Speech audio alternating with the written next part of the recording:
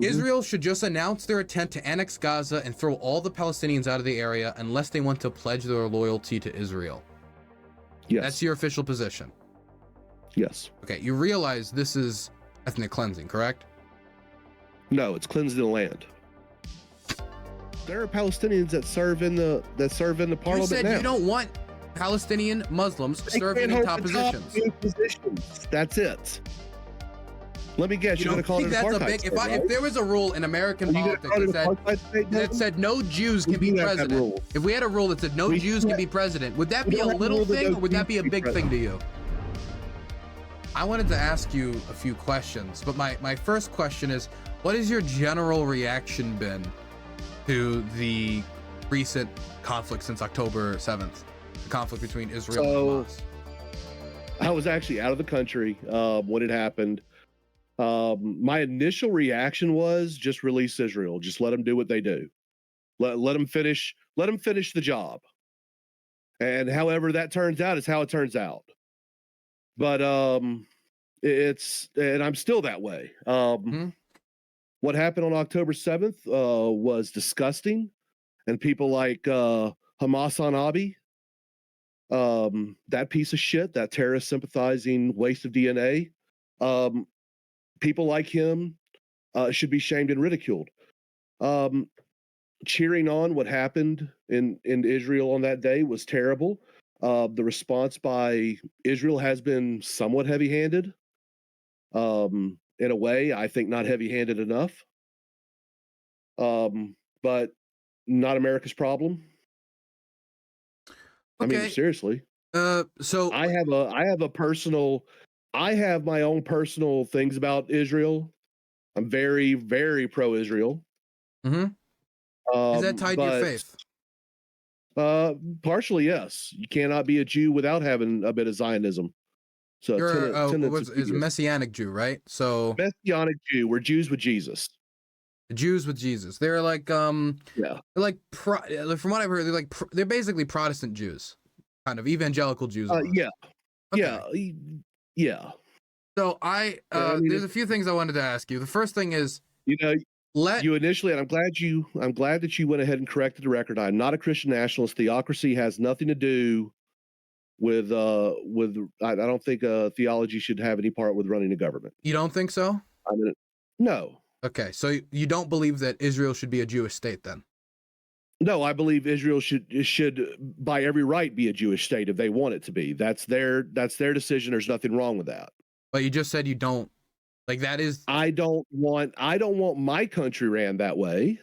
But if Jews want their country ran that way, they can. How many Muslim countries are there? How many Islamic ran countries are there? I don't have the number off the back of my hand, but I think Islam. Yeah, but I would you say more than 10? Probably, I don't know the exact number, but there are definitely countries like 20 that. To 30. But I would also there's also multiple Christian, but there is only one Jewish state. And if that's the way they want to run, I believe that is their choice. That is their right to choose. If you are against theology or against the religion, controlling governmental policy, though, and you're against that for yourself, why? I mean, I can understand you saying, well, that's their business. That's one thing. But if you were in Israel, you would be against it being a Jewish state then, right? No. If I was an Israeli citizen. So you're not against. I would be all for. I'm an American. I believe that America should not be ran by religion. I believe in the Constitution. But Israel should. That's their Constitution. That's the way they have it set up. But that's not a lot of people have things set up in a lot of different ways. In North Korea, it's set up in a certain way. But just because it's set up that way doesn't justify it. And if you think that religion impacting government policy in that way is bad, then wouldn't that also apply? If that's the way they want their government ran, but I'm asking you. I'm not saying about the opinion of Israelis. I'm saying you live in Israel as somebody who just said they don't like religion running the government, but you're saying that Israel should be run as a Jewish state. Yes. Okay, but doesn't that contradict? Israel is a Jewish state. No, because I am not a Christian nationalist, I am not a someone who wants theocracy. I understand that the Jewish state has a right to exist. There's nothing wrong with a state existing that way. Well, there's nothing wrong. I would say there's nothing wrong with a state existing full of Jews, or like having heavy Jewish influence, and like I don't have any problem with that. But if you're against religion impacting governmental policies like that, the Jewish religion 100% impacts Israel's governmental policies, whether it has to do with marriage laws or other things. So wouldn't that be religion dictating government policy in a way that you said that you're against? Well, yes, I'm against that in America. Why is it different in Israel? Different. Because Israel was set up as a Jewish state. That's the way they want it. That's the way it is. Whether it was set up that way doesn't mean it was the best way to set it up, though, right? If America was set up like, I don't know, like an Islamic fundamentalist, like Shia country, like, I don't know, like I would say that's bad, whether it was set up that way or not. Yeah, I wouldn't appreciate that, but. So just because it was founded that way doesn't mean it's the right way. I'm just confused because you seem to not want it. No, you're not for confused. you. You're Dylan. I'm confused. Dylan, you're not confused. You understand that I'm an American. I believe in the foundation of this country. Me and you've talked about these kind of things before. Yeah, but it just doesn't feel like a very American value. You're playing games. I'm not playing games. I genuinely don't understand the divide here. Because if you're like, in my country, I don't like religion impacting the governmental policy. And I'm like, okay, so if you were in Israel, you would be against the religion impacting their governmental policy. Well, that's Israel. That's different. If I lived there and I was raised there, then obviously I'd be okay with religion running my life that way and the government running that way. I was raised that way, but I'm raised American. I believe in Zionism. I believe that the Jewish. Okay, but you were raised in the United States with American values, right? And your American values have led you to believe that the religion should not dictate government policy. Yes. And you think that's a good thing because that's the beliefs you hold. I prefer a secular government over a theocracy. So then wouldn't a secular government be better? I believe so. But a Jewish state has a right to exist, which is something that if you don't believe that the Jewish state has a right to exist, that's kind of messed up. When you say a Jewish state, right? And this isn't the main thing I wanted to talk about, though. I feel like a lot of people get lost in what that means. Right? Because if the question is, do I believe that Israel, as it exists today, has a right to exist? Yeah, I believe so. If someone was to ask me, do the Jews have a right to like organize politically and have political representation? And of course I do. But if somebody was to ask me, do I think it's right for the limitations on marriage law based on people's religion? No, I don't think that's right. I think that's silly, stopping two people from getting married because they're from different faiths. If I was to go through a lot of Israel's policies that is based in Zionism, I could still disagree with that and say that's bad and still not like be terrible.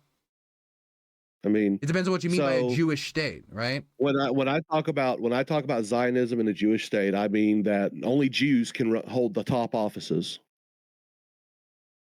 I fully 100% full-throatedly endorse that. Because the last thing we need is homicidal Islamists taking those positions. Last thing we need is current iteration of the left, the 1939 Nazi Party coming through, demanding destruction of Jews altogether. Yes, I believe Jews have the right to self-govern themselves and to exclude certain people from getting into those positions of power within their own country. Okay, so you're pro-segregation. I'm pro people being able to protect themselves. Through segregation. Sure. Okay. So you don't believe that Christians in Israel should be able to run for office? They are allowed to run for office. They just can't be prime minister. They shouldn't be able to hold the top positions. No, they should not. Okay, or Muslims or anyone. Only Jews can hold it. Only Jews. Okay. Yes. That is the least secular thing I've ever heard in my life. I don't care. Okay, so you're a secular. It's the reality. It's the reality of being Jewish in the world. It's the reality of being Jewish in a world that calls for the destruction of Jews. That's really what it is. That's where it all comes from. Okay, well then couldn't I just say, as a Palestinian, allowing any of the minority groups to hold our positions of power in a world that has displaced us and killed us and murdered us and all these different times. Obviously, that's bad. We can't allow Jews to hold positions of power in Palestine. We can't allow Christians to hold positions of power. Would it be okay for Hamas to declare that? Wait, where's Palestine? Where is Palestine? No, it isn't. Where is Palestine? I just said it was in the Where Levant. is the country? Where is the country that the United States recognizes as a nation state? I don't care if the United States recognizes or not. 130 UN states recognize it. Yeah, but amazing the one that the majority runs of the nations in the world, except for, you know, isn't it interesting that Israel's main ally is one of very few countries that don't recognize Palestine? Do you think that has to do less with whether it's a fair claim to national determination and more with American national security interests and religious sensibilities? Well, I mean, so why should I care whether or not America said it was good or not to determine whether Palestinians truly deserve a state or they are a country? There is no recognized country known as Palestine. Over 130 nations recognize them. No. They have a representative at the UN, not a voting representative, but they have a representative. Yeah, not a voting representative. Isn't that interesting? Yeah, because they're occupied. They're not real. No, they're not occupied. They are occupied. Those are conquered lands. Illegally. Okay, before we get into this, because this is getting silly, but from the river to the sea, all that land is Israeli. Let's go. Okay, so that was very cute. If you have any more poems, you can say them. Oh, no. I know that, you know, there's people in your audience that would like to say the from the river to the sea deal. I'll just finish it for them. Because there is no Palestine, there never was, and there never will be. This is just a reality. You just sound really. You know what you remind me of? You remind me a little bit like of my conversation with Jackson Hinkle. This is what it feels like. Remember when I talked to him once about the issue of Taiwan, and I was like, "Well, America doesn't." One of the main things he argued to say Taiwan isn't a country, it's not a real country, is that the United States has never formally recognized Taiwan as a country. Because America hasn't formally recognized them as a country. And if you look at all the old maps, there was never a country declared Taiwan, and it's a more modern conception as a state. Therefore, Taiwan isn't a country. But you do believe Taiwan is a country, don't you? I actually do, because they actually have a government. Okay, the Palestinians have a government. They have the Palestinian Authority in the West Bank. That's the Fatah government. They have Hamas government in the Gaza Strip. Those are governments. And where do the leaders of Hamas live?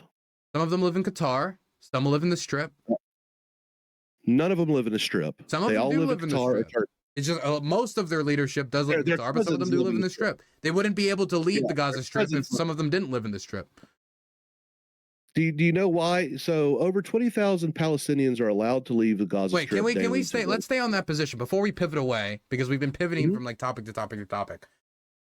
If American recognition, why does American recognition matter in the case of Palestinian national determination, but not matter when it comes to Palestinian are a group of people? What do you mean they're not a group of people? More than clear. They're not a group of people. They did not exist before the modern day country of Israel. They were never considered an ethnic group. They were never considered anything. The word Palestine and Palestinians were referred to before the creation of the Israeli state. And national identity develops in so many different ways. The modern Czech government, the modern Slovak government, the modern Kosovo government, the government of Taiwan. There's so many different groups and identities and countries that, well, there's not, you know, they didn't exist 100 years ago, but they exist today. Whether or not, and I could argue the historical, like the history of the Palestinian people, but whether or not they existed in 1910, they exist today. What ethnicity are the Palestinians? They're Palestinian. No, they're Arabs. They're Palestinian. They're Arabs. They're Palestinian Arabs. Yeah, I mean, a lot of them are Palestinian Arabs. They're Arabs. They're Arabs. And okay, let me ask you a question. Let me ask you a question then. Okay. There were no Palestinians ever. Dude, there's no. This is something that only is believed by two groups of people: Americans and Israelis. You said this to somebody in Germany, they'd laugh in your face. You say it to somebody in France, they'd laugh in your face. You even say it to somebody here in Ukraine, they'd laugh in your face. There's only two groups of people in the world that I've ever met that will just deny that Palestinians even exist, and that is Americans who love Israel and Israelis. Do you not believe that maybe other parties that are less biased and have identified the Palestinian people as having their own culture, their own history, their own identity, and their own struggle for national determination, like all those things exist? We can see the people yelling from the rooftops, "We are Palestinian." They identify as Palestinian. Like, what if What's I their came up culture? to you? It's 1776. You're wearing your red coat. You're probably with the British, I would assume. And I come up to you, and no, you'd be with the British, and I'd be like, no, we're American. You'd be like, American? American? What's this American? Last time I checked, this was the land of the king and the crown. America does not exist. It never existed. If I check the history books, has there ever been a group of people called America? Yeah, get out of here. This is ridiculous liberal nonsense. If I existed in 1776, it would probably be as a Frenchman, but okay, or Pakistani, depending on which side of the family you want to count. You get my point, though. Even if I was to secede the idea that Palestinians didn't exist until like 1948, which is not true, but let's say we did say that, and we talked about the identity of Palestinian transforming in that period. Even if I did concede to all of that, they exist now, they identify as Palestinian now, and they desire self-determination now. And the vast majority of the world, except for Israel and Israel's top ally, and even Israel's top ally recognizes this. They recognize them. I mean, even Israel has recognized this. This is something that's only held by even the Israeli fringe. They can self-determine. They can. No one's stopping them. If you deny their national identity, if you deny that they have a right to rule themselves, where they want to. You don't want them to determine their own future, though. No, I do. I want them to do it. Can I read you something that you've said? Jordan? I would love for them to do it in Jordan, in Syria, in Egypt. There it is. In Lebanon. Just not in Israel. They're in the Gaza Strip. They're not in Israel. You're right. And they need to move to Egypt, where they came from. They didn't come from Egypt. Many of those people who live in Gaza are descendants of people who were displaced by the Nakba. Do you know why the Gaza Strip exists? Do you know why Israel claimed it as their own territory? Then they left. Ariel Sharon pulled out, and they pulled out all the settlements. Yeah, this was done in 2006. This is settled. Yes, 2006. Even the Israelis settled this. Do you know why? Do you know why? Well, it's going to be retaken. It's going to get annexed now. They've lost their chance. Can we let's get to the first topic here on your list of things here. 1 second. Sure. Burns is an immoral, morally corrupt man. Thank you so much for the sub. I appreciate it. Here it is. Wait, nope, that's the wrong one. God, you have a lot of tweets on this. Okay, here it is. Israel should just announce their intent to annex Gaza and throw all the Palestinians out of the area unless they want to pledge their loyalty to Israel. Yes. That's your official position. Yes. Okay, you realize this is ethnic cleansing, correct? No, it's cleansing the land of a threat. Okay, now answer me seriously. It's clear. It's actually. It's not ethnic cleansing. It's cleansing the land. That's the most Hitler thing I've ever heard in my life. It's great. No, it's not great. You sound like that sounded pretty genocidal. You're backing people that have openly called for the destruction of not only the Jewish state but Jews as well. Who am I backing? Well, if you're backing Palestinians, that's what you're backing. Okay, if you're backing Israel, then you're backing people who have declared that they wanted to ally with Nazi Germany and the Lachai, right? I can pull any amount of Israelis from Israeli history to say, well, then you agree with them. I don't agree with the Palestinians who say kill all, like Hamas, to say go over to find the Jews behind the rock. I don't agree with any of that. Well, that's what they consistently back. 65% of Palestinians did not want to break the ceasefire with Israel.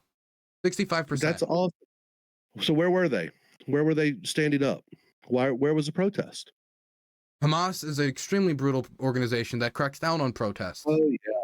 So with a group of 50,000 people in an area of 2 million plus, of course, a lot of them are Muslim Brotherhood. A lot of them aren't even Palestinian. A lot of them are refugees from when Egypt yeeted the Muslim Brotherhood out, and that's where they went. They disagree with Hamas, yet they won't stand up to them when they outnumber them that much. No, doesn't make sense. You just described how governments work. That's true in Syria. Is a curd. That's true in the United States. Claybather has donated $55. Long live this channel, no matter the platform. Thank you for the $55, Cabler. Where governments with armies that are much smaller than the general population are able to rule over them. This is true in North Korea. This is true in China. This is true in Saudi Arabia. I mean, it's not all just intimidation and fear that makes people listen to the government. It can be other things as well, but it's not so simple. What about all the complicit people who sit there and watch them set up mortars at their schools and hospitals and mosques?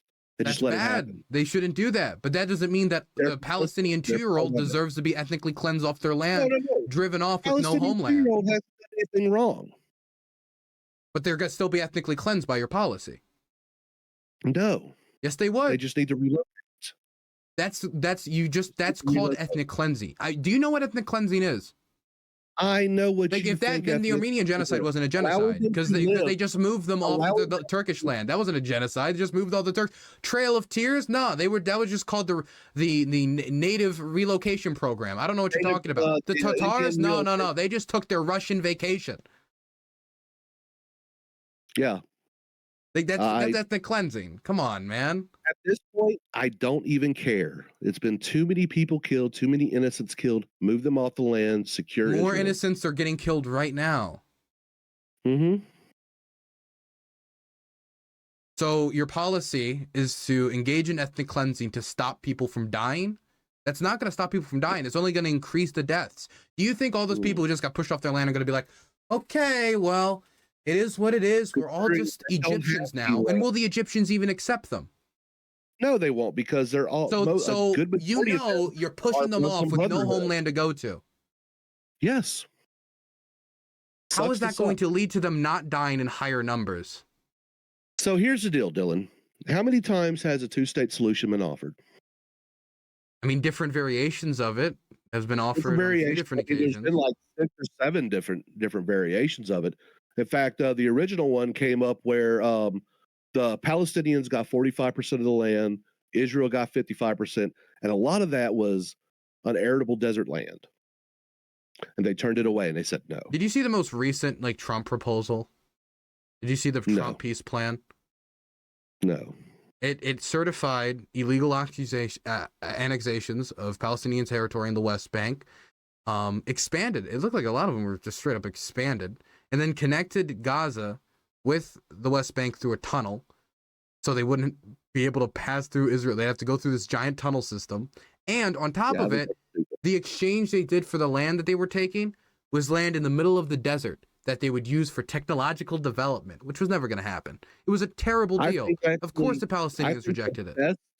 I think the best deal that would work very well, that should work well, is allow full integration of the Palestinian people into Israel as citizens, which have been offered to them multiple times. And they don't want it. Yeah, you're right. They don't want it. So why does Israel want to force it on them? If there's not enough land for them, if they can't get all the land, they don't want any of it, cool, yeet them off. If they don't want to become citizens, cool, yeet them off. I don't care anymore. Man. Done with. There's not a you don't You're negotiate the guy who with just terror. creates suicide bombers, huh? Hey, like this, you know what? You think all those people are just gonna get off their land? They're all just gonna bygones be bygones. We don't have a country. All of our homes have been taken for some examples, for the people who have been displaced since 1948 for the 3rd time, and they're just gonna roll over and they're just gonna take it. They're not gonna target American military assets, not going to target the Israeli military. They're not going to be more radicalized. This is going to lead to peace and prosperity in the region. No, it isn't. You're just advocating for collective punishment, and quite frankly, ethnic cleansing is the soft word for genocade. You're advocating for the ethnic cleansing, and you're just going to end up killing more people. You're not doing it for peace. You never gave 2 shits about collective punishment. What do you mean I never cared about collective punishment? What? Give me an example. It is perfectly all right for Russians in, I don't know, Crimea or whatever to suffer. You're completely fine with that, cutting off water and everything else. You were actually for that. I condemned it multiple times. Pretty people sure on this channel can tell you. I've said this multiple times. I didn't agree with cutting off the water. But I don't see a problem with collective punishment when you have to get the collective to actually stand up. So you are admitting that you are engaging in collective punishment then? Yes. Okay, which is a war crime. Got you. No. It is a war crime. You can't do war crimes. The UN chief of the UN just interrogated the Israeli foreign minister over this. the Israeli ambassador, saying, you are engaged in a policy of collective punishment. And the Israeli minister didn't respond saying, no, we aren't. They responded with, how dare you? You should be fired. You should step down. And they whined and they whinged. And nothing's going to happen. And but ethnically cleansing all of the people out of Gaza is definitely collective punishment. By definition, they were nice enough to turn the water back on, and I thought that was a mistake. Wait, no, I'm even talking about the water. You're pivoting around. You want to take all the Palestinians and force them out of their homes and create another stateless people. A population of 2.1 million, the majority of which are under the age of 18, right? That's your policy. Now, you're doing it because of a Hamas terror attack because you don't believe peace is possible. That is punishing the Palestinian people for the actions of Hamas. That is collective punishment, which is a war crime. Okay, enforce it. Okay, so you're just saying, I want to commit a war crime. I just want you to say that. I want to commit war crimes against the Palestinian people, because that is your position. War crime does not exist because they will not enforce it. Whether it's a crime or not, whether a law is enforced does not mean it's not a crime. Whether or not the international court has the power to arrest Israeli prime ministers or not doesn't mean it's not a crime. For example, if that's the case, then Hunter Biden never committed any crimes. Biden never committed any crimes ever because they couldn't catch him. They couldn't pin it on him. So Hunter Biden is an innocent little angel. Agreed. You don't agree with that. You're bending around to try to make it work. You know that Biden committed firearms violations, right? And whether or not they found him guilty of firearms violations, he was still a criminal committing a crime, right?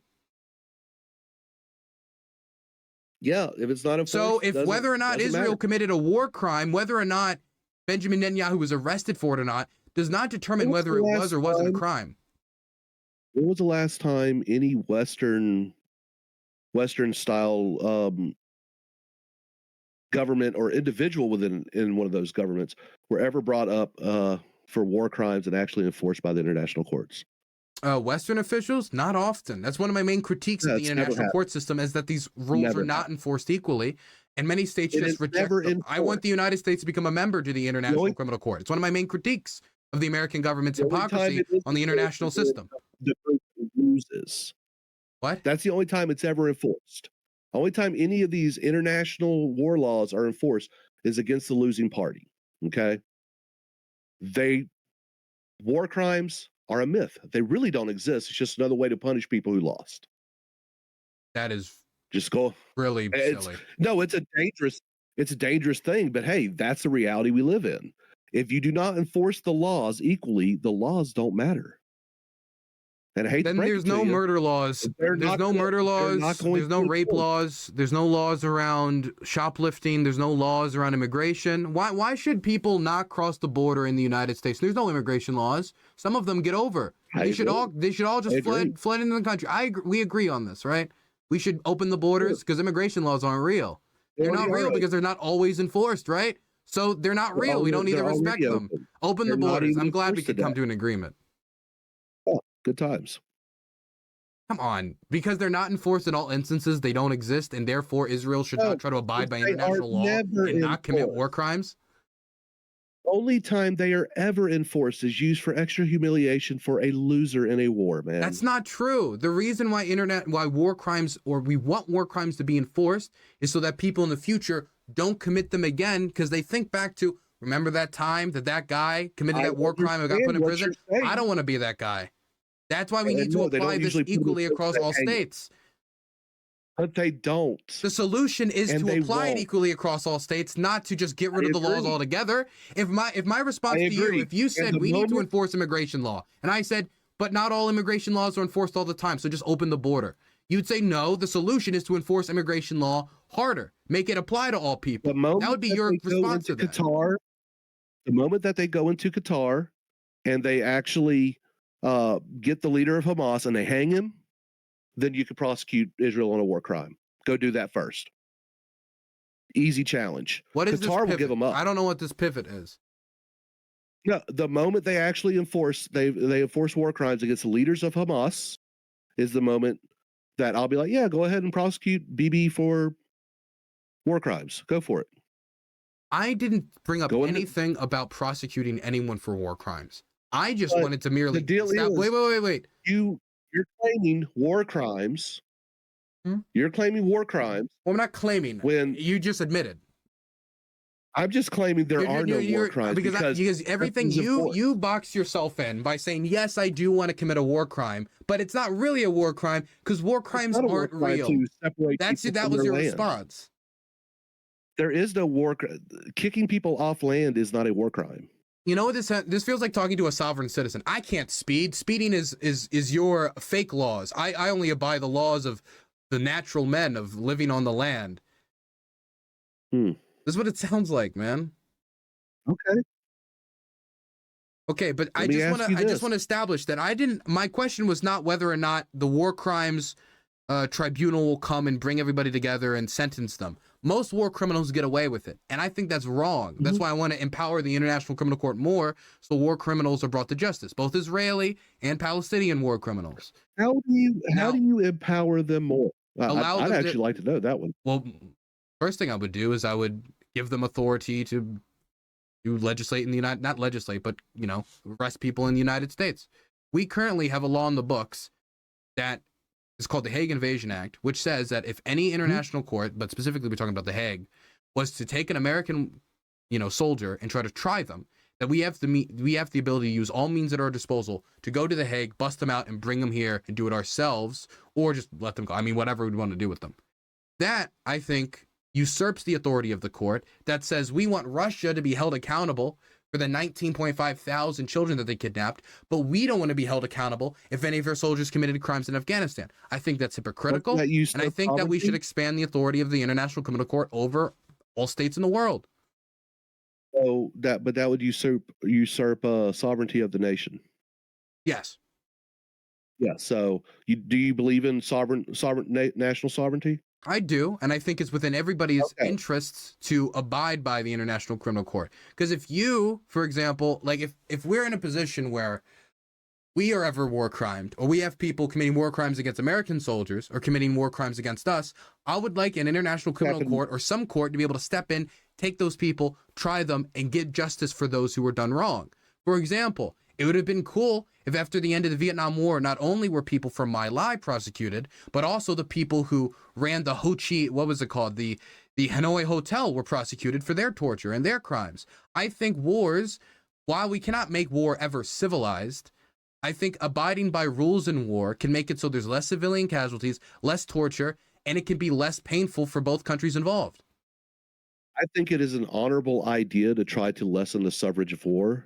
Having seen it firsthand, just as you have, I would love that to happen. The problem is you can't violate the sovereignty of sovereign nations. I don't think you can't really just want that to happen. Can I be honest with you? So when I was in Iraq, when I was in Afghanistan, I saw a lot of heinous shit happening. And I saw a lot of friends get harmed over overly restrictive ROEs. That's rules of engagement. I'm pretty sure you know that. But that is not the nature of war. War is very fluid. It's very kinetic. It's not something that you can litigate too much. Would you agree? I think there are. I'm sure you've witnessed. I mean, I don't know what your standard for litigate too much. Like, I don't think. Like, for example, the standards of engagement for UN peacekeepers in Yugoslavia was ridiculous. It meant they couldn't protect people when they were at threat. They were not properly empowered. And I can agree that in certain situations the ROE gets insane. But I also don't believe soldiers should be able to rape random civilians and shoot random kids. No, you shouldn't. Okay, but if there's no international court to hold people accountable, then you are relying on the countries in question to persecute their own soldiers, which in many instances they view as heroes. That's what exists today. That's what exists today. And that's bad. It doesn't work. How many Russian war criminals realistically are going to be brought before an international criminal court and tried for the things that they did here? Very little. Absolutely the only ones that are going to be ones that are arrested in third-party countries, like that guy who was just arrested in Finland visiting his girlfriend, who admitted to executing Ukrainian POWs. Now he's going to be sent to Ukraine and tried in Ukraine. But those instances are going to be few and far between. If we had an international criminal court that had authority in more countries, then the more of those war criminals that travel, the more of them that get caught, like that guy in Finland did. Even if we don't have the authority in Russia, if those guys leave Russia, they could end up boning themselves. And even that's better that situation where Russia isn't abiding by the authority of the court, that's still better than having no one in place to grab anyone. I just happen to know it never gets, because you can't violate another country's sovereignty. So there's really nothing that can do unless you catch them some way. The majority of countries have signed on to the International Criminal Court. Why would that be bad for us to sign on to it if you don't like it? America sure as hell. A blue hat is not welcome on U.S. soil. So you believe that if an American soldier committed a war crime and an international court wanted to bring them to trial, you think we should say, no, this has to be tried only in an American court? We did that. We did that recently with, what was the SEAL who was accused of murdering an injured Iraqi. Would you trust that in, say, Russia or China? Would you trust them to try their own war criminals? It doesn't matter. Well, now I would like an answer to that question, because then my second question follows. There's a second question that comes after it. Okay, should I answer for you if you're not going to answer the question? If you're using China and Russia as the example, I would say no. Okay. There are many countries that I would. China and Russia is not one of them, but it still doesn't matter. Do you think any country, do you think it'd be better for an international institution that's supposed to be neutral to try countries' war criminals, or the country who sent them to invade and fight and do the battle themselves? I think it would be more unbiased, and we'd probably get a fairer trial if it was an international institution. It depends. That really does depend, man. Because the way, like, okay, so my argument about the Palestinian people not being an ethnic group, they have been used as a cudgel in the UN since the formation of the modern country of Israel to punish the Jews. That is why the Syrians won't take them. That is why Lebanese won't take them. That's why the Jordanians won't take them. We already know why Egypt won't take them, because a lot of them are Muslim Brotherhood, and they don't want to bring in the old baddies of their group. They're too young to even be able to handle that insurgency again. But the reality is, no one will take them because Palestinians are a useful tool to use against the Jews. There's a lot of anti-Semitism that is rampant throughout the world. I mean, hell, you're seeing it right now in America with how they're projecting, honor to all of our martyrs and shit on the side of GWU's buildings, things like that. There's a lot of anti-Semitic feelings worldwide. And I don't believe a single Jew could get an unbiased day in court in an international court. I believe there are certain people who could never get any type of unbiased. It just is what it is. Honestly, I think this is slightly a persecution complex. Okay. Jews have faced anti-Semitism, but the idea that no international body could ever put a Jew on trial because anti-Semitism is so overbearing that the international institutions would decide against them is ridiculous. Do you have any instance that you could point to of somebody in an international court being voted against because they're Jewish? Has that ever happened? Not right off the top of my head. Any international body, period? Yes. Which one? What was it? There's Iran. You can't get any Jews, get no justice there. Saudi Arabia. That's not an international body. That's a country. I was talking about something like the International Criminal Court or UN or, I'm not. My question wasn't, are there anti-Semitic countries? My question was, the UN automatically is anti-Semitic. And I wouldn't, what? UN automatically is anti-Semitic. The UN is automatically anti-Semitic. Yes. See, this is where I think the persecution complex is coming in. Like, how is the UN automatically anti-Semitic? The UN recognizes the 1967 borders of Israel. Yes, they do. So the UN recognizes a Jewish state's right to exist. Which, by the way, yes, I don't even think recognizing Israel's right to exist is inherently, like, if you didn't believe that, I don't even think that's inherently anti-Semitic. I think someone can be an anti-Zionist without being an anti-Semite. But even the UN recognizes the 1967 borders of Israel. So where is the automatic anti-Semitism from the UN?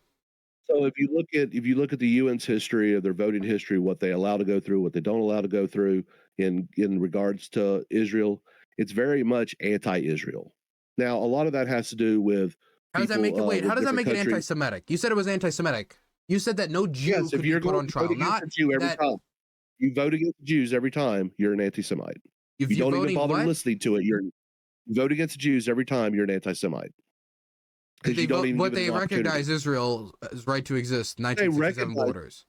Yeah, they recognize that. That's about it, and which is interesting because that's all they should recognize. I agree with that. That's it. That should be the 1967 borders. 1967 borders, and they should not recognize Palestine because Palestine doesn't exist. You were just circling now. The 1967 borders includes the Gaza Strip, Golan Heights, and West Bank, all within the Israeli borders. No, it doesn't. Yes, it does. It does not include those as Israeli territory. The Golan Heights is still internationally recognized by the UN as well as part of Syria. I know that it's not part of the 1967 borders as formally recognized as Israeli territory. Maps. Because, yes. They could recognize Israeli control, but they don't recognize Israeli sovereignty over the West Bank, over Gaza, or over the Golan Heights. No international body recognizes Israeli territorial claims on the Golan Heights. Syria. It's part of Syria. It's Golan Heights are definitely Israeli now. According to who? Israel?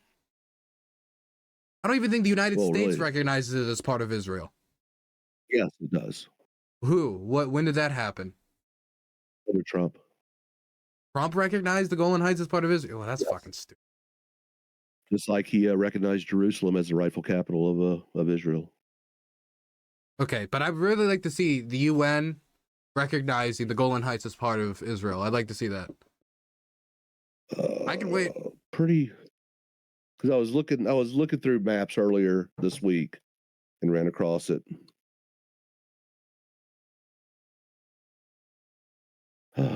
Where is it? Damn it. Yeah, because this is something I'm interested in. But yes, the Golan Heights.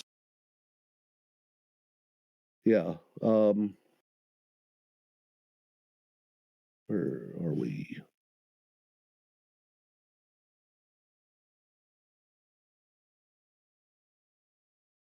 This map is since June of 1967, and it does show the Golan Heights as a territory, a controlled territory, not within the borders fully.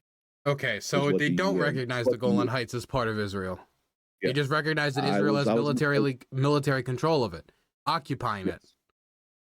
And it's still Israeli territory as far as I'm concerned. No, don't pivot. The question was, you said that the UN recognizes the Golan Heights as part of Israel. Yes. They don't. No, you're right. United States recognized parts of since 2019, March of 2019, as U.S. started recognizing the Golan Heights. Okay, but the U.S. still doesn't even recognize the West Bank or Gaza as part of Israel either, even under Trump. Pretty sure. Okay, I can wait more. I can tell you he didn't, but have fun with that.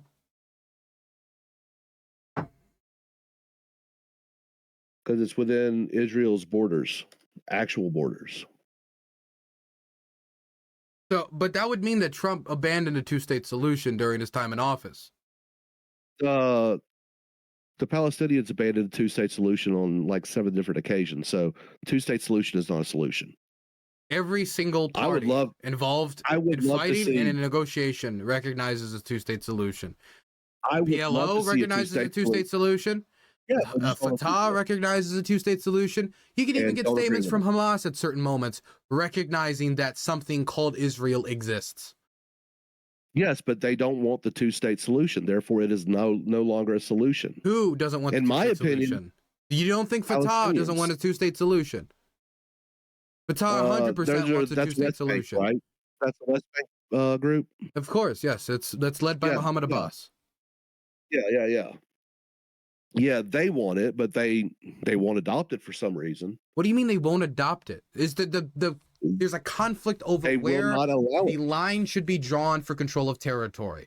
Mohammed Abbas and Fatah, as far as I know, are of the position that what is internationally recognized as Palestinian territory should be given back to them, and they want the issue of the right of return to be addressed. Oh, they want the 1948. They want the 1948 lines.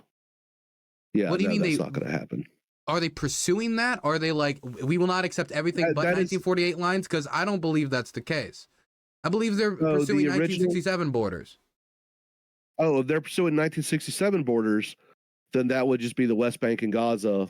Yes. But they want they want there's other issues as well when it comes to the right for people to travel between Gaza and the West Bank. They want to resolve the issue of right of return. But this idea that there's no compromise to be held with the Palestinians because the only thing they believe in is pushing Israel into the sea is a fantasy. 65% of Palestinians in the Gaza Strip didn't even want to break the ceasefire. If you don't want to break the ceasefire, how are you going to push Israel into the sea? Well, I mean, seem to be okay with rockets shooting out of their country all the time. Their little strip of land. Why are they stopping them? What did that have to do with anything I just said? If they are for ceasefire, if they are for living peacefully in a two-state solution, why don't they kick the fucking Hamas people out? Why don't they kick out? There hasn't been an election since 2006. There hasn't even been an opportunity for them to kick them out. Anytime that election even comes up, either someone in Gaza or someone in the fucking West Bank does something to end elections. It happens every time. I think the last time I'm was saying that Hamas doesn't want elections. I'm saying that the people of the Gaza Strip have not had the ability to build a civil society to even try other options. But the West Bank don't even want elections because they have problems. Mohammed Abbas doesn't want elections. Let's be clear. The West Bank doesn't want elections. When you say the West Bank, you're saying like the people there are like, oppress us, no election, we hate democracy. That's not happening. If they won't stand up, obviously they're okay with the status quo. What is that? That's where I'm at. Okay, so are North Koreans okay with the status quo? They all like starving. Yep. Because they don't want to overthrow the government. What if they think it isn't? What if? And this is a possibility. What if they think that they'll try and they'll fail and then they'll die and they have children and they have wives and they have families to protect? There could be a lot of reasons as to why people don't go onto the street with machine guns to fight Hamas. I think they should. If they really want liberation, won't they fight their true oppressors? Because they sure as fuck ain't Israel. Israel is one of their oppressors. Their biggest ones happen to be the ones their internationally recognized land. Let's go back to your tweets. We're bumping around. We only got like 45 minutes left. Let's go back to. Let's do another one of your another one of your tweets. So if you've already endorsed war crimes, you've already endorsed ethnic cleansing. But I endorse the forceful removal of Palestinians from land. That's called ethnic cleansing. That is, you want to take all of one group that you are collectively punishing and push them off the land because you think they're too dangerous. They are. They're so dangerous. Nowhere. So you're just saying, yeah, I'm in favor of that. What you just said, but it's not ethnic cleansing. I mean that word's bad. That's a bad word. Why don't you just embrace it? No, it's not ethnic cleansing. It is ethnic. What's your definition of ethnic cleansing? Ethnic cleansing would be actually killing them, removing them from the earth in total. Okay, so under that definition, then removing them from the land is not a. I don't care where they go. Where did you get that definition from? Them. I'm curious. Where did you get that from? Oh, I didn't. That's what I think of when I hear it. Okay, so you just made it up. When I was over in Kosovo, when they were talking about ethnically cleansing, what were they doing? They were putting muzzies in mass graves and they were forcing people off of the land. The majority of people who were getting wronged in Kosovo were not killed. Many were, but many of them were forced off of their land. Now, if you want to talk about that, do you not think that the removal of Palestinians would take force and violence and killing to do it? Do you think they're all just going to decide, okay, we'll leave? In fact, if your plan were to be carried out, I would say the killing that would be part of the ethnic cleansing is happening right now, even if that's not a necessary component. I reject that. So what I would rather have is for the Palestinians to accept citizenship into Israel and become integrated into society. They can still worship. You want. That's not what Palestinians want. Because by the way, this is the state you've lined up for them. This is the state that you've created. You saying that you believe that it makes sense for Israel to exist as a Jewish state where only Jews are allowed to hold positions of top power. They're the only ones that are allowed to hold positions of top power. And you're telling a primarily Arab, Muslim, Palestinian population that your land's going to be taken. We're going to bomb everything out, but don't worry, you can be part of this country where you can't get political representation in. And we're going to specifically design the system to stop you from achieving that political representation. This is where you're wrong. There are Palestinians that serve in the parliament. You said now. You don't want Palestinian Muslims serving in top positions. That's it. Let me guess. You're going to call it an apartheid state, right? If there was a rule in American politics that said no Jews can be president, if we had a rule that said no Jews can be president, would that be a little thing or would that be a big thing to you? We do have a rule that that non-US citizens who are not born in the land can be president. Yeah, we don't have a rule that said no Jews, no Muslims, no. We don't have anything barring people by religion. Well, so we did have deals that barred people by race. Also, all those Palestinians were born, well, not all of them, but most of the people in the Gaza Strip were born in the areas that we're talking about, either what is now recognized as Israel and they were displaced, or the descendants of those displaced people, or they were born in the Gaza Strip. So they were of the land. So Gaza Strip is not Israel, according to you. So of course, but in your, I'm talking about your plan. Your plan is to go in and make it Israel. Yes. And then say to them, none of you can ever strive to hold positions of top power. We're going to rule you as a Jewish state with Jewish rules that we're forcing upon you. Okay. Or now you have to leave, and we're going to force you out. That's ethnic cleansing, dog. Now do Syria, do Lebanon, do Egypt. Come on, do the rest of them. What do you mean? Do the rest of what? Do all the other countries. Do all the other Middle Eastern countries. You cannot be a Jew and hold the top political position of power in any of these other countries. And you're completely fine with that. But you are hung up on your fucking Jew hatred. That's true. That my Jew hatred has been pretty out of control recently. I saw this guy with a kippah the other day, and I went, You didn't see anyone with a kippah because you're in fucking Ukraine, dude. There's Jewish people here. I actually celebrated Jewish holidays with my Jewish friends here. Really? Yeah, they're allowed. There's synagogues here. I know they're allowed. Yeah, I know there's synagogues there, but I just don't believe there's really any real Jews there at all. Anthony Bardaway, that's my good friend. You can look him up. I've celebrated Jewish traditions with him. Celebrated Passover with him. Passover's an awesome thing, isn't it? It was cool, I guess. I'm not. I love the. So anyway, my Jew hatred. No, but it's let me quickly say to you. I believe that Iranian anti-Semitism is bad. There's a reason I don't use press TV. There's a reason that I don't associate with people who have worked for Iranian state press that have pushed out anti-Semitic publications. If you were to ask me, should Jews be able to hold the top office in any country in the region, I would say yes. I would say, of course. Okay. I'm not going to defend Bashar al-Assad. I'm not going to defend el-Sisi. I'm not going to defend the mullah. But I'm also not going to defend Benjamin Netanyahu or this idea for ethnically cleansing the Palestinian population and then telling them that they cannot achieve true political representation in the government that has just annexed them. You're either making them stateless or absorbing them into a state that hates them. The Palestinians aren't hated by Israel. They are very. Are you going to tell me that if I sat Ben Gvir down with a group of Palestinians, he's going to have some nice things to say? There's actually a lot of great Palestinian people, but after what's happened, no, Israel is showing no love whatsoever, nor should they. Do you believe after the Second World War, Germany should have been abolished and annexed by all its neighbors?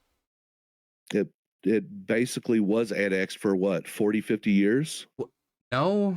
We split Israel up, yes. There was East Germany, there was West Germany. Can you answer my question seriously instead of obfuscating? The Americans? No, that's not obfuscating. Germany did not exist as an actual country until we actually allowed them to come together and unify under their own real flag.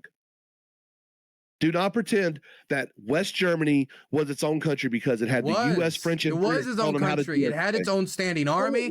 It had its own elected government. It had its own political parties. The West German government was its own country, and East Germany was its own country. And then it reabsorbed into one country. The Soviets in the East and the Allies in the West, man, they were not their own country. They were their own country. What do you mean? Like, you could say that they weren't. You could say something like East Germany did not have the most sovereign. You could make an argument like that, but they were countries.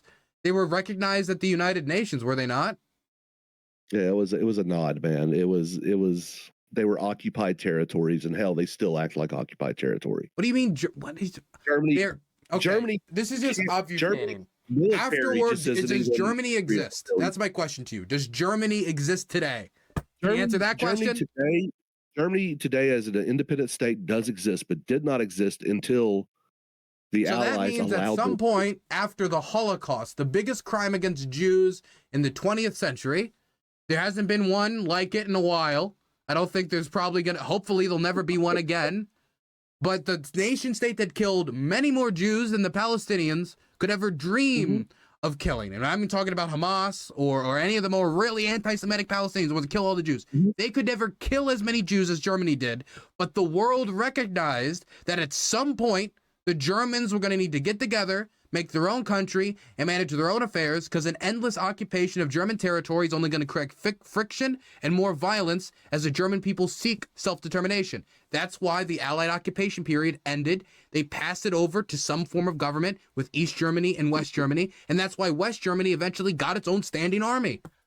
So if everybody can recognize that when it comes to the greatest crime against Jews that anybody is alive to remember, how can that not also be true for the Palestinian people? Too soon, man.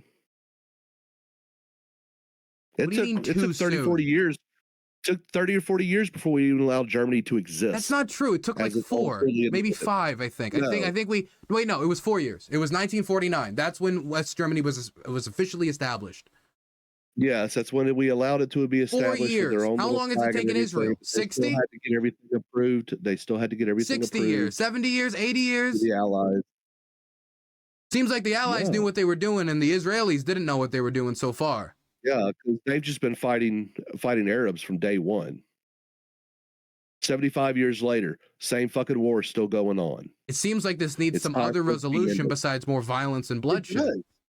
It does. It does needs more resolution. That's why ethnically cleanse the Palestinians. Is that why? Yes, that's what's going to happen. That's violence, by the way. You cannot non-violently ethnically cleanse people.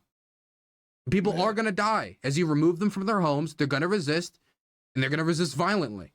And then Israeli soldiers are going to die.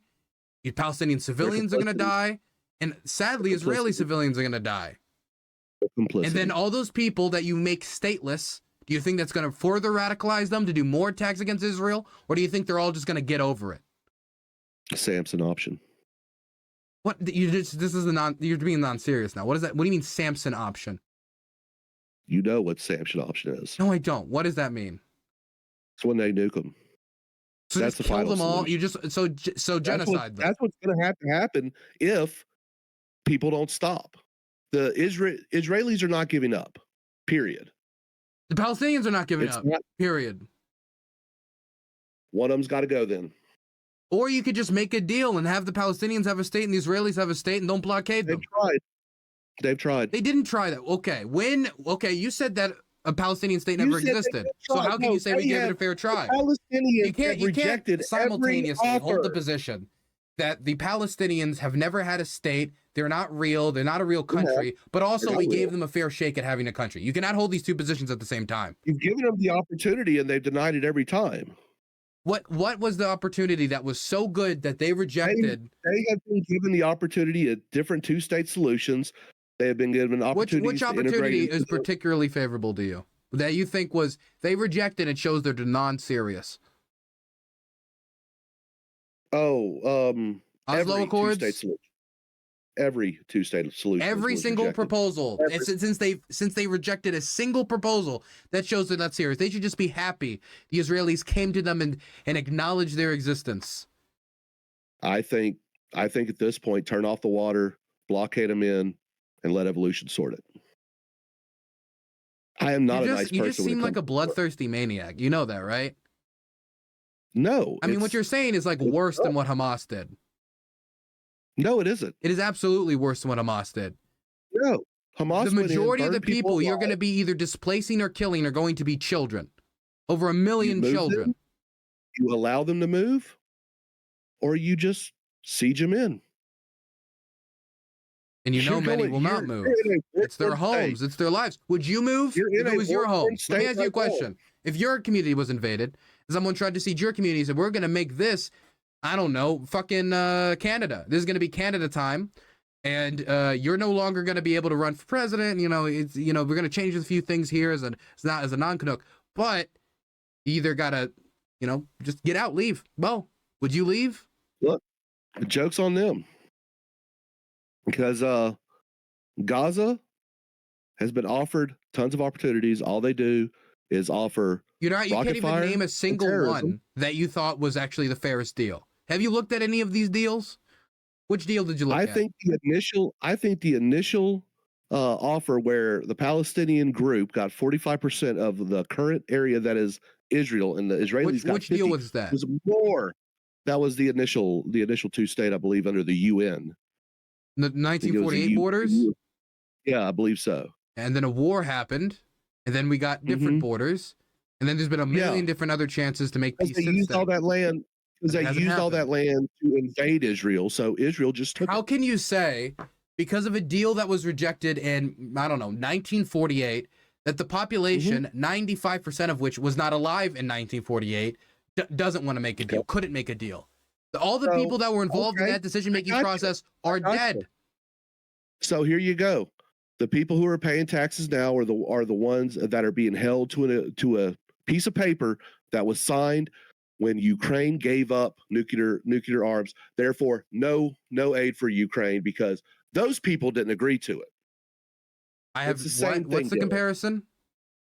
The security agreement that we made with Ukraine, the majority of people your age when they was signed weren't old enough to pay taxes. We don't have to uphold that now because what are you? But the thing is, there is no record. The 1948 borders are not recognized by the UN. The 1967 borders are recognized by the UN. Yes, they so are. I don't understand why we would have to. What's this comparison? You asked what the most fair. You asked what the most fair was. I said the most fair was the 1948. The 1967 borders are there because Israel conquered that land. Those are the lands that were used by the Syrians, Jordanians, and Egyptians to invade Israel. And Israel said, no, we're going to take away those lands. That's why Rafah is now part of Israel and not part of. Why is it that because but your proposal is that because we weren't able to find a deal in 1948, that making a deal is stupid, we can't do it, it's impossible. So just kill them all. Nuke them. You asked what the most fair was. 1948 was the most fair. It has gotten less fair throughout time. The most fair is 1948. The least fair was what? 2016? Trump's proposal. The last version. Yeah. Okay. That's probably the least fair. They acknowledge that the most recent deal that was offered to them was not fair at all. It's the least fair. Okay. Letting them have land is fair. But they're also taking a lot of what their internationally recognized land, which you don't care about anyway. No. Okay. No, I don't care. You really don't care about this. Why are you saying I don't care about this now? Why is that I don't care? You don't. You just don't. This is some virtue signal or something. It's virtue signaling for me to hear you say we're going to either kill all the Palestinians or force them all off their hand, either of which would be ethnic cleansing. And me saying, yeah, I don't think that's good. No, you don't really have an anti-ethnic cleansing stance, though. That's not a real position you hold. The real position I hold is yeet them off the land. It's no longer theirs. They've lost their opportunity. According to who is authority? Israel's authority? Now. Yep. What if I don't respect Israel's authority? Cool, fight them. See how that works out. Didn't work out for all the Arab states. Your argument just boils down to might makes right. Then. Yes. In the end, yes, because that is the so if somebody, let me just be clear, if that's the way it works, then let's say that I got some boys together and I took the White House and I said, we're having President Ilhan Omar And she's going to do some things, and then it just is what it is. I mean, might makes right, motherfucker. Yeah. What would you say that could object to that, really? Look, that this is the way Jan 6 has been treated. Like, oh, it's on might makes right, which I thought the Jan 6 people think, oh, we're going to take over the government. That's stupid. But the reality is the currency of the world is force. Every time Israel has gained land, it's been through what? Force. Since its formation. Who's going to stop them? The UN isn't going to do it because the UN doesn't have their own forces. The United States is going to back up Israel because it is the only semi-democracy in the region. It's the only multicultural society that exists in the region. Not what the only multiculturals. Get the fuck out of here. Yeah. Really? Where else? Lebanon. Where else? They're literally their neighbor. Oh, really? Really? Yeah. Lebanon that is ran by Orthodox Christians that allow Muslims to exist? Come on, man. It is a multicultural society. Lebanon is very multicultural. Is it multicultural? Its system of governance is actually designed in a sectarian way that leans into it actually too much. Okay. Oman?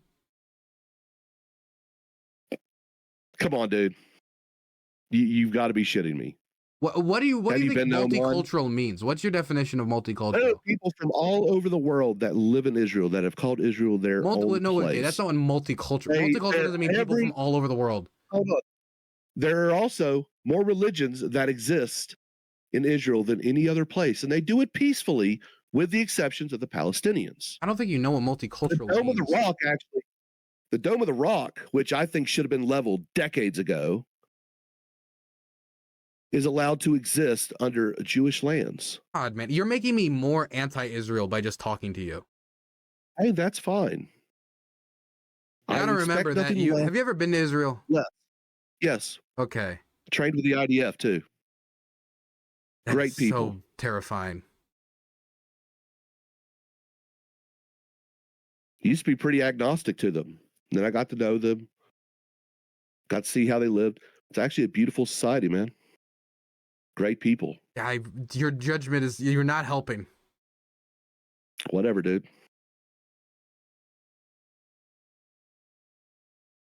Okay, let's go through a few things before we wrap this up. You retweeted something that 99% of people who say they stand with Palestine simply have a deep-seated hatred for Jewish people and want to use this moment as an excuse to hate Jews. Yep.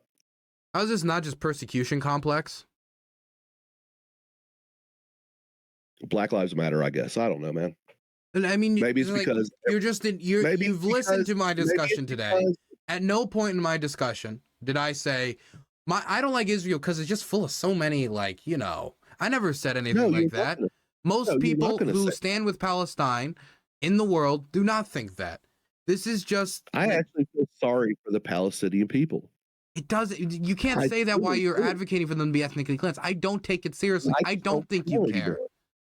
No, with them, I don't care anymore. I stopped caring. Don't say you feel sorry for them and then say I don't care. Then you don't feel sorry for them. You're gaslighting me.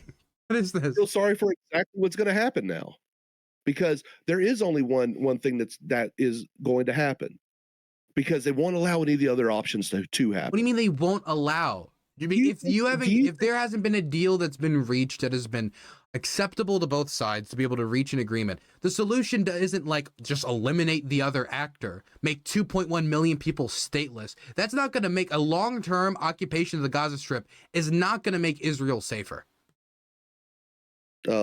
It's going to inspire more people to hate Israel. It's going to inspire more people, sadly, to hate Jews. And it's going to inspire more people to hate the United States for supporting them in the region. And it's going to endanger American assets. It's going to endanger Israeli assets. I don't even think the majority of Israelis would necessarily support a long-term occupation. Don't need to be there. Americans don't even need to be there. Just let Israel go. We have American troops in the region that are currently getting bombed in Iraq. 20 wounded. We shouldn't be there. We shouldn't be there. Okay, well, whether we shouldn't be there or not, they are there. And our actions in the region will put those men and service women at risk. Yes. And we've got complete idiots pushing us closer and closer to war. We don't need to be in this. Plain and simple. Not our circus, not our monkeys. Let them go. None of this is our problem. But for some reason, America has to reach out and be involved with everything. Let the Israelis handle it the way the Israelis world are is much it. bigger than than like a small town in Timbuktu. The international gas trade, global stability, these are all things that will affect the United States. And a war in one of the most oil-producing regions of the world would also affect the United States. The most oil-producing region in the world, Dylan? The Middle East is one of the most oil-producing regions in the world. Yes. No, it is. I'm not denying that. I'm not denying that.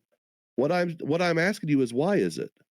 We have more natural resources when it comes to oil and natural gas. I don't. This argument I don't like. It is true that we could drill more oil, but also if the international oil market has a crash, that's still going to affect American consumers. Or oil prices are not just impacted by how much we're drilling. Because this is what happens. If prices in Europe go up because they can no longer import oil and gas from the Middle East, then American oil and gas producers are going to then sell over there because they're offering higher prices. So the international market will affect how American consumers interact with, the gas pump. I don't understand why that would drilling more oil would solve the problem. We are wasting our time protecting resources that we don't need. America does not need to be the world police. We need to get out of that idea. As far as I don't think America themselves should be the world police. I think the world together should police world affairs. But America should be involved in that process. But that's not the way it's worked. Okay? Who provides more military might to the UN than any other group? I think it's China, maybe. I know they provide the most, personnel. They provide the most personnel, but when it comes to all the training, when it comes to all the other things combined in with it, America actually leads the way in all that. Maybe the funding. One second. Who funds the UN military the most? Yeah, it is the United States. We fund the most. But when it comes to like operators and people actually going there and being on the ground, I don't think it's nearly as high. Bangladesh contributes the most soldiers, actually. Huh. Yeah. Cool. I know I've dealt with Pakistanis. Do you think that the United States should give more to the UN as a wealthier nation? No. So you think Bangladesh and the United States should give the same amount? I think the United States should leave the UN. Okay, so why? I believe it's obsolete. Obsolete. You think a forum for people to talk about issues is obsolete? Why? We should lose our Security Council veto? Why? We're not going to lose our Security Council. If we pull out of the UN, we will lose our seat on the UN Security Council. We'll lose our veto power, and then we will no longer be able to veto legislation put forward by Russia and China about how the world is run, and we will no longer have a say. You're exiling us from the conversation. Yeah, I don't think the U.S. needs the UN. You're an American nationalist, yeah? Yes. Losing our veto power will weaken the United States on the international stage. Yeah, I don't care. I am sick of us being involved with everything in the world. I'm sick of our men and women being sent all over the world. What do you say that? What do you mean by that, really? What do I mean by that? How does us being in the UN put American servicemen and women at risk overseas? How many military operations has the U.S. combined coalitions through the UN in order to go to war? Name one in modern history that did not have UN backing. Name one American operation that didn't have UN backing? The invasion of Iraq? Nope, that was a UN coalition. That was not a UN coalition. There was a coalition. Coalition of the willing. Coalition of the willing, my man. It wasn't a UN coalition. The French rejected it. No. There were multiple other. You think China voted in favor of a UN mission to remove Saddam from power? We failed. We failed the UN vote. China did veto that. Yeah. I don't even think they vetoed it either. It just failed the vote. I don't see where we need the UN as the U.S. anymore. I don't. Do you not think that, you know, maybe that if we listened to the UN on that issue, maybe we would have been a little bit smarter and we wouldn't have invaded Iraq? And then all those lives wouldn't have been killed, all those American personnel wouldn't have been killed? We invaded Iraq based on a blood debt. Blood debt? I feel. To who? I think George W. Bush, that's Iraq supposedly put a hit on his father. He took it personally and set this in there. There were WMDs in Iraq, just not nuclear weapons, which is what Dick Cheney was suggesting. There weren't nuclear weapons. Dick Cheney suggested that we don't want the smoking gun to be a mushroom cloud. What does that mean? That means nuclear weapons. Yeah, there was chemical weapons. There weren't nuclear. Yeah, there were chemical weapons. We knew there were chemical weapons, though. Yeah, but that's not what we didn't invade to get like a few thousand tons of chemical weapons. We invaded to stop the development of an Iraqi nuclear weapons program, which had been defunct for 30 years. That did not exist. That did not exist. Well, it did exist. It just was defunct. Yeah. So maybe if we would have listened to the international institution, the UN, maybe we wouldn't have invaded and maybe we wouldn't have done what we did. Yeah, maybe we wouldn't have lost thousands of American lives and killed almost 1 million Iraqis. It depends on what you mean. If it's like direct deaths or indirect, it depends on how you measure it. But a lot of people. Yeah, but no, that was a war that we had no reason to belong in, and then Afghanistan, we stayed there about 20 years too late. America has built its wealth on war. And it looks like we're pushing towards another one. That's my problem, man. It's very simplistic. Yes, but instead of me like getting down into talking to you about the defense industry and how much influence it actually has, let's go do a few more of these questions. Not a single Palestinian should be allowed to even see American TV shows. American land is a definite no. So you don't believe any Palestinian refugees or people should be allowed to resettle in the United States? Absolutely none. Why? Zero. Because they you said you cared about them, but we're gonna the current aircraft Sparky plan is go into the Gaza Strip, push out the Palestinians. Egypt won't take them. Jordan won't take them because Jordan's already taken a lot and they had Black September. Syria won't take them. Lebanon won't take them. Already a ton of displaced Palestinians in Lebanon. Probably not going to take any more. Economy is in chaos. They're now a stateless people with nowhere to go, and we also won't take them in as refugees. They can go back to their actual roots of being Bedouin. This is so that means nomad. I feel like if somebody was to take the comment, I don't know if you were probably more aware of it than I was at the time, but in the early 2000s, that kind of we just need to glass the Middle East, turn it into a big old crater. You know, I heard somebody was thinking of no complexity of these issues. They just know that they're angry and they hate that somebody attacked us. So we need to just destroy it with overbearing force. Yeah. That same vibe is what I'm getting from you. I'm getting that same exact vibe from you. Okay. Can't tell you how to feel there, buddy. Okay. Why Palestinians should not be allowed in the United States? Why should Palestinians not be allowed to come here? If they refuse to integrate in Israeli society, they sure as hell ain't going to integrate here. Because they don't consider themselves Israeli. We have Palestinian Americans. They wouldn't consider themselves Americans either. Why? How do you know that? There are Palestinian refugees who have come to the United States and have become great American citizens who contribute. Okay. So why can't they come if they can contribute? I mean, we're the shining city on the hill, supposedly. Lady Liberty. Give us your sick. No. Don't give us your sick. We don't want your poor. We don't want your defunct. We don't want them anymore. We got plenty of those that we need to fix here first. There were always in every country there were poor people. So you're saying no one should ever have immigration period unless they have poor people? What? No, we have taken in so many, dude. The welfare state cannot support it, cannot handle it. For Christ's sakes. We're going broke. We're going into deficit. Don't we have a labor shortage? Trying to fund everyone else more. We have an unemployment rate of under 3%.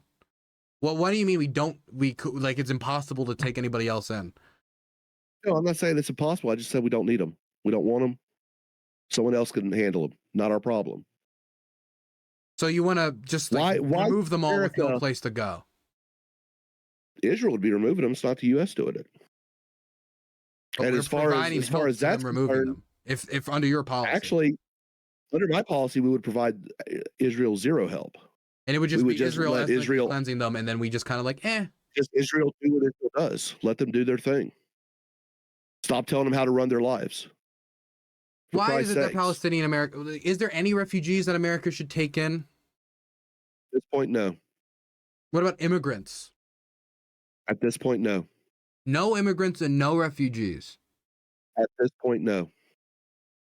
So we're just going to stop the American economy for what reason? We don't need them right now. We need to fix our own problems. We don't need like people interested in developing tech, or people interested in becoming doctors, or people interested in engineering, people interested in making a small business. I went back from my trip a week and a half ago. I met a guy from Russia, real nice guy, driving an Uber, and he was telling me about how he was a software engineer in Russia. When he moved over here, America wouldn't accept his education as credentials. And I said, yeah, that's a common problem we have here in the States. We require, I knew a guy from Iraq. He was a surgeon. They wouldn't allow his medical training to qualify. Even as his bachelor, he had to start over from scratch, man. And all he wanted to do was go back to medical school. He was an interpreter for like 3 years for the U.S. Army. Great guy. We don't recognize other countries' education, for Christ's sakes. That's not true. We don't offer. If somebody gets a degree in the United Kingdom, that doesn't that a lot of that is If they're a Western country, if they're in a Western country, I mean, even in other countries, well, it depends. It depends on the university. It depends on the institution. So we got a lot of Indians that come into the country, and America will not accept the credentials from their colleges, and a lot of their colleges are based off of British education systems, but we don't accept those. We claim that we have a higher standard of education, and I mean, yeah, maybe we do in some aspects. I'd argue maybe not, but we have all these people here in America that is educated, and there's what is it? It's under 3%. That's under the the participating. There's actually a lot of people who are eligible to be employed, but just aren't looking. Things like that. I don't remember what the term for that is. But we, quote unquote, have a labor shortage, but we only have under 3% unemployment. I don't buy it. We're dependent on other countries to manufacture everything for us. For Christ's sake. Wait, you don't buy the unemployment number? Is that what you meant? The biggest contributor to slavery in the world is America, because we purchase slave labor daily. You mean cheap labor? Is that what you mean? Sure. The people over in China that are working for slave wages for like $2 or $3 a day, we're buying up all their stuff. We have become a consumer country. We make nothing. And it's actually kind of disgusting. But why would it be bad to have those people come here and do that work here, or work here instead? We'd have to integrate them into society. That takes money, time, and training that we don't have. We're too busy. What do you mean we don't have the time or training to do that? It would be a case by case basis. To do all the training. If somebody comes here and they know English and they study for the citizenship test and they take it, what's the problem? Actually, nothing. Nothing. You said we don't need any immigrants. Like no more immigrants. You said we don't need any. Oh, not for right now. We have how many undocumented immigrants in America? What does that have to do? If somebody's a legal immigrant or going through the proper process of applying to be a refugee, what does that have to do with somebody undocumented? Until we figure out how to deal with every single undocumented person, we can't have any more legal immigrants coming here to bring knowledge and education. Not every single, just the vast majority.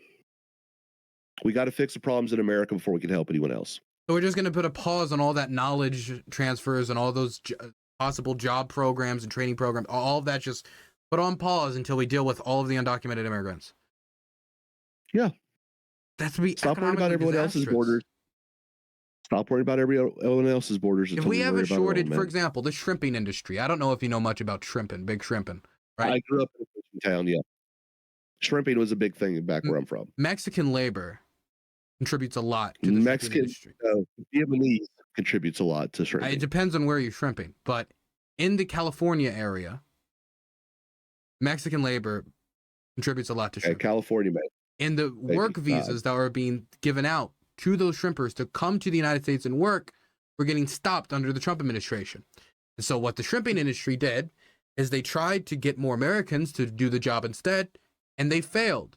A lot of the people found the work quite difficult because shrimping work is very physically taxing and you have to be very fast. And that is speed that you build up over time.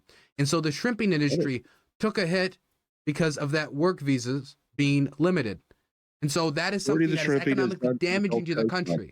You're saying not to limit those visas, not to limit the immigration, not to limit. You're saying to cut it all off. That's going to be economically disastrous, not just for shrimping, but for any industry that is reliant on any sort of foreign labor or trying to get more highly educated people from overseas to work their jobs in Silicon Valley or elsewhere. So you really should have let off with the Silicon Valley deal, because that probably would have been a little bit more than we need brown people to do manual labor for us, because that's what you went to. Shrimping is not okay. Let's not degrade shrimpers and to say, oh, shrimping is just like you just pick up this shrimp, you just did it.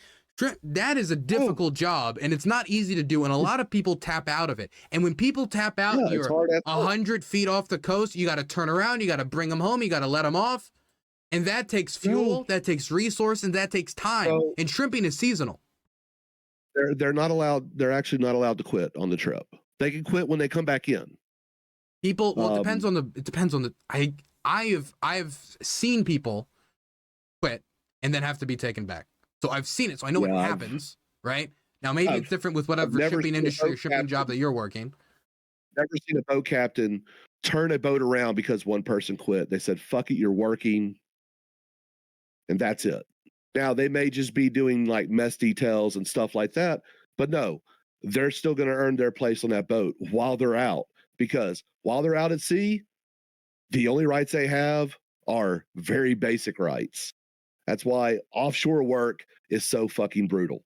But I don't know why we're talking about shipping this much, but Silicon Valley? For the majority, but you should have went to Silicon Valley, because there is different points of view that usually helps in programming and things like that, where a non-Western thinker may be able to get around a problem that a Western thinker may not, because of how we teach people. You're right. There are certain skill sets that we can't necessarily fill fully, but the majority of the things that people go to are agricultural, fishing, basic labor jobs that anyone can do. It's just most Americans people don't want to do it. People in the United States don't want to do those jobs. Yeah, life sucks. Get a helmet. But then that means we're going to see inflation when it comes to, food items like tomatoes and cucumbers and stuff that people have on their table. We have tons of inflation already. So just add more fuel to the fire. Yeah, make it worse. Why not? No, the problem is America produces nothing. We got to start producing shit, because we depend on slave labor today. The biggest contributor to slave labor is Western society. Slavery is still actually real. It's not just like a term. People like slavery does exist. People in bondage, open beaten, slave markets in Libya, and shit like actual that. Slaves, right? Those are real. So let's not obfuscate here. We're talking about cheap labor overseas. Hillary Clinton actually started one of the largest open air slave trades in the world. Because remember, we came, we saw, we killed him. Isn't that what she said about what's his name? Gaddafi? Yeah, Gaddafi. Hillary said, we came, he saw, he died. Yeah. And now Libya has open air slave markets. Thank you, Hillary Clinton and the Obama administration. It's not the Obama, whatever. Continue. It's America needs to take care of itself is the deal. We are so worried about everyone else's borders. We're so worried about everyone else's everything that we are neglecting the homeland. Immigrants can help us. Immigrants help the United States. It depends where the immigrant, what skills the immigrant has. It depends on the economy. It depends on a whole sort of factors, whether somebody is going to contribute more or less or none at all to the United States. But immigrants do contribute to the United States. The United States would not be where it is today if it wasn't for immigration. I agree. But I think for a short amount of time, we need to cease all immigration. We just need to fix America, and then we can move on letting people in. And then when we allow people in, we only allow certain things. Can you show me an example of this model or this system you're proposing being tried anywhere else and actually dealing with it? New Zealand's immigration policy. They only allow people with certain levels of education. Like, if you want to come in for... They stopped all immigration until they deported every illegal or most undocumented people. So then this hasn't been tried in New Zealand. No, they don't. So they don't have the same immigration problems we have because they're geographically separated from fuck all. Okay, so can you give me an example of this being tried and working? Because you know what I think is going to happen? I think we're going to cease all immigration. Then all the people who are going to come here illegally are either not going to come here, so they're not going to offer the educational experience. They're not going to offer their work experience. They're not going to offer the things that America wants. Or they're going to come in illegally, making the process worse, making the problem worse. And we're not probably going to deport most of the people. We might try to put more funding in ICE. We might attempt to, but a lot of them are going to get missed. And then how long does this go on for? Until eventually we tap out with a border as large as ours. How much are we going to invest into the border? Oh, I agree. We need to secure our borders where the problems exist right now. The majority of the problems happen on the southern border. We really don't have too much. What do you mean the majority of the problems happen on the southern border? Majority of the problems that we have with our immigration right now is undocumented immigration problems, not just problems generally. I mean, we have a lot of problems with immigration, but one of our biggest problems right now is illegal immigration. Can we get back to the main topic, because it's been an hour and a half and I still have some tweets I wanted to talk to you about? You have to scold me on those later, man. I have got to go because I have something I have to do. But no, look, all I'm saying is that we need to stop immigration, fix America's problems, stop worrying about everyone else's borders for a little bit, stop with the quote unquote American imperialism or whatever it is the left likes to scream about. Let's actually take care of some American nationalism. Let's take care of our people. If you want to help fund Ukraine, cool. Let that go through committees in Congress. I'm happy that we got a new speaker. And look, individual spending bills for everything. No putting them in packages. No money contingent on another group of money to sneak in stuff. Tired of that. Let's get the single. I'm only comfortable with that if they promise to have a vote on the legislation that matters. Because if they say we're not going to bundle these issues that Americans care about, but we're also not going to host a vote on the issues that Americans care about, then we're going to bundle it. Let's go. Let's have a vote on all of them. Okay. It's about time Congress earned their fucking money. By the way, I do need to quickly ask, though, because you just brought up Ukraine. Where's the money laundering? You said on Twitter that the money that we're sending over is being money laundered. Do you have any evidence of that? That's another conversation to have, man. We'll talk about it later. Okay. See you later, man. You have a good one. Bye-bye. Andale.